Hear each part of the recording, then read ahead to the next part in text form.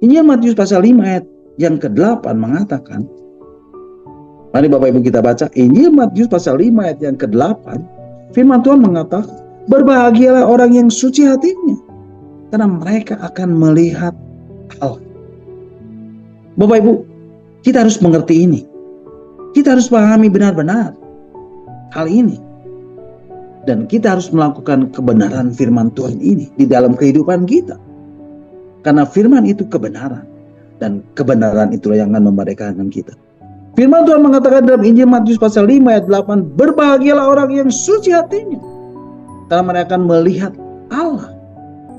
Bapak Ibu, inilah janji Tuhan bagi setiap kita yang menjaga kekudusan. Bagi kita yang mau hidup kudus, dikatakan mereka akan melihat Tuhan.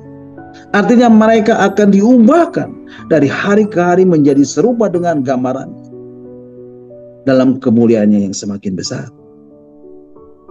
Jadi Bapak Ibu, hal ini menjadi sangat penting di dalam kehendak Tuhan bagi kita, yaitu pengudusan diri. Dan Rasul Paulus mencatat hal ini di dalam suratnya yang berkata,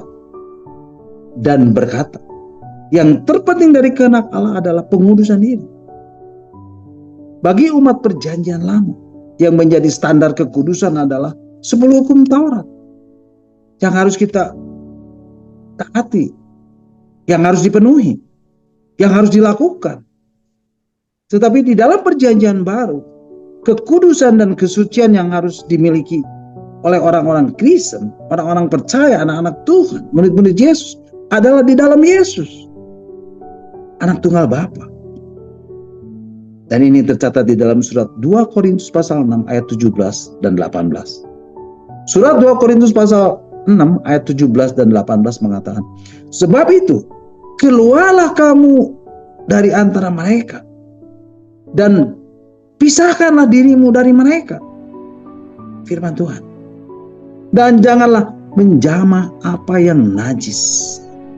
Maka aku akan menerima kamu, dan aku akan menjadi bapamu, dan kamu akan menjadi anak-anakku, laki-laki dan anak-anakku perempuan. Demikianlah firman Tuhan yang Maha Kuasa.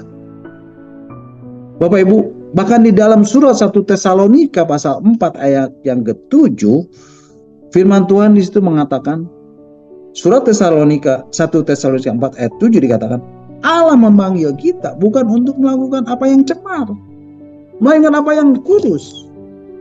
Jadi Bapak Ibu, ini menjadi mutlak karena ada satu hukum kerajaan Allah, yaitu kebenaran. Dan kebenaran yang berkata, inilah yang akan menguduskan Bapak Ibu Saudara dan saya. Jadi kehidupan yang kudus ini menjadi harga mati, menjadi mutlak, absolut, dan tidak ada toleransi. Tapi yang menjadi pertanyaan adalah, mengapa hal ini jarang diperkarakan di dalam hidup kita? Padahal ini adalah sesuatu yang sangat penting. Karena tidak ada orang yang dapat datang kepada Allah, yang dapat melihat Allah tanpa kekudusan. Karena Allah itu kudus.